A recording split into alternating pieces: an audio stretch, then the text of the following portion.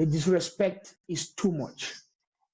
But of course, this AFCON has given uh, another angle for us to take that story, because you've seen the likes of Zinedine Zidane, football legend. You've seen the likes of Kylian Mbappé. You've seen the likes of I mean, Chouameni, Barcelona's Kunde. They all come here to watch the AFCON. That tells a story of, they have African descent, and they still come here to watch AFCON with the little time they have, which means that they know the importance of AFCON. And at some point, you start thinking that maybe if they had a second thought, or maybe if they had that opportunity sometime back, they would have represented their African countries. You've seen the likes of Wan Bissaka coming back to play for their country. You've seen the likes of, there are several players who've, assumed back their African identity, and they're playing for their national team. And I was very happy the other day when Rio Ferdinand was also insisting that we should respect AFCON the same way we respect the other tournaments. And the football you see in Africa right now, you hear that scout from several teams are coming here to watch the AFCON, to assess players and get them. United scouts were present when Cameroon faced South Africa because they wanted to watch Carlos Baleba. If they didn't see the importance of AFCON, why didn't they come? Or why did they come? So it means they actually know the importance of AFCON, but of course, they always play the principle of social Darwinism, where they see themselves more than us. But we Africans know our value. And that is why we've given the AFCON the value it deserves. Mo Salah is here. Sadio Mane is here. Victor Osimhen is here. Ademola Lookman is here. Brian Bemo is here.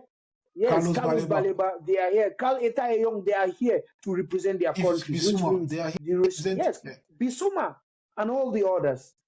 Mamouche Omar, all those players are back here. Lyle Foster of South Africa. Hakimi. They have Achraf Hakimi. Renildo of Mozambique. They all come back here to represent Mother Africa, which means, African best player, one of the best in the world, Achraf Hakimi, captaining his nation as they seek for the second star, while the host the tournament, Morocco, they have given a special identity of African football. And of course, Morocco, rumors has it that they might be hosting the next FIFA Club World Cup, that is in 2029, and also they are going to host the World Cup alongside Portugal and Spain. So Africa is a contender of everything as far as world football is concerned. Yeah. It's not like Africans have not stood at the helm of world football. George Weah was Ballon d'Or winner sometime come.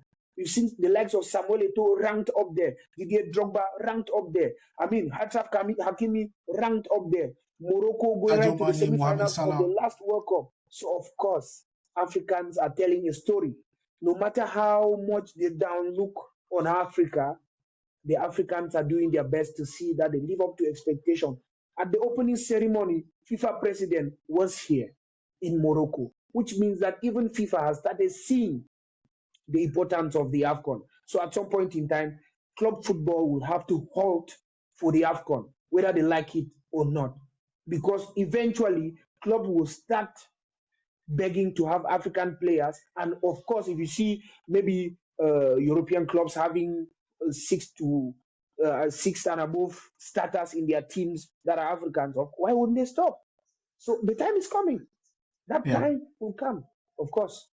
Yeah, I think even though some people will argue that when club football ends for the Euros or for the World Cup, it's because it's also time for summer holidays for the players. But I think African football has so much popularity right now and so much investment right now, be able to bargain for that spot to say when it's time for AFCON, the clubs should take a halt. I think it's important, and I think it should be noted.